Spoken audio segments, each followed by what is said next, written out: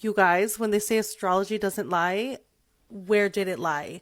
The astrology of this weekend is wild, but wait until you see what correlation I just did. Exhibit A, the astrology of this weekend.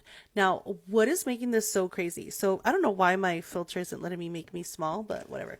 Okay, what is making this astrology crazy is Mars, that is at 28 degrees of Leo.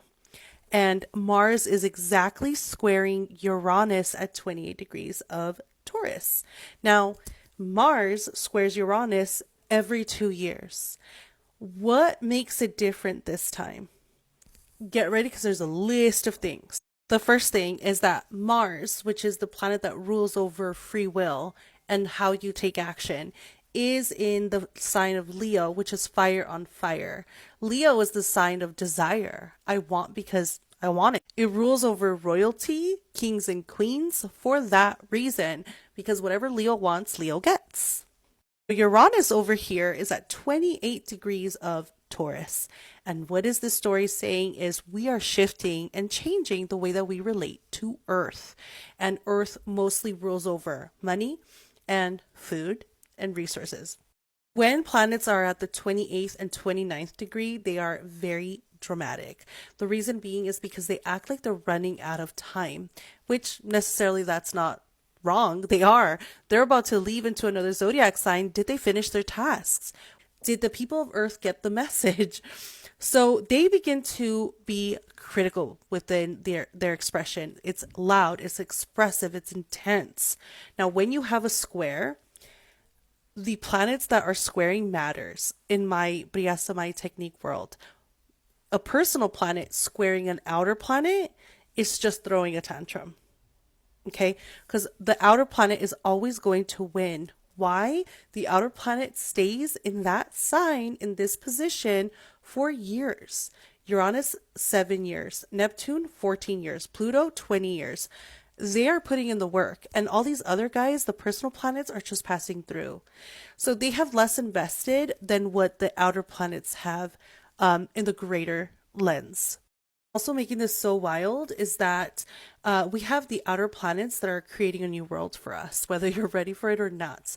Pluto is in Aquarius, and I have said throughout this whole transit that as soon as Pluto went into Aquarius, everything in the world is outdated. It is ancient, archaic. And so we have to update our systems in accordance to Pluto and Aquarius, which is technology based.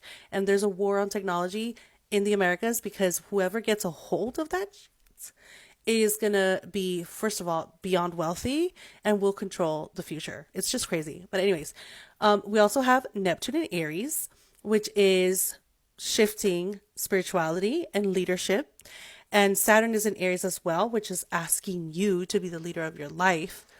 And then pretty soon we're going to have Uranus go into Gemini on July 7. As soon as Uranus goes into Gemini, bye bye. The old world that you knew is entirely gone. There's going to be no planet that's going to hold the frequency of the past.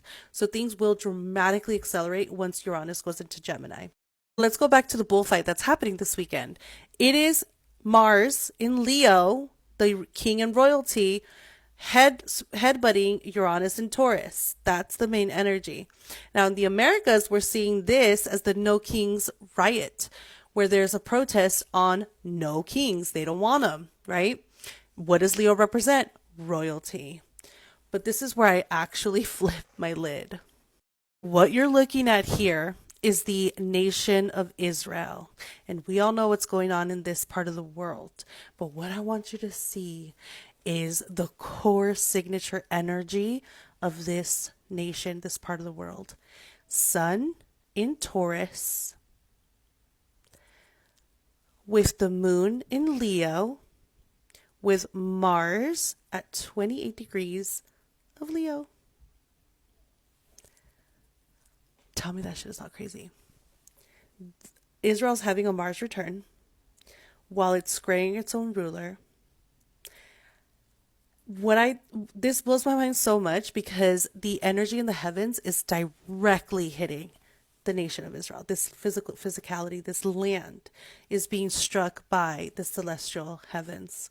And so it's bringing out this part of the world. It's cosmically ordered. It's just so crazy to me. What's wild is that the North Node is also in Taurus, which does show tyrannical force, stubbornness. Like, our land is our land. They're not lying when they're saying that. They feel destined to it for whatever which reason, right? So this is so crazy. Do I think we're going to see more? Absolutely. Oh, one last thing. Who else has Mars in Leo at 28 degrees? Give it to me, y'all. It's Donnie, the orange man. Donnie. Somehow, some way, he might just be getting, he's already involved, but we might just be hearing more about the involvement here because there's like that's crazy. I can't. Now, all that to say, you guys should be careful this weekend because Uranus, nobody likes to predict him or talk about him because he's so out there. But he does rule over accidents and he does rule over extremes. So if you are someone who values your life, be steady this weekend. Like, stay home.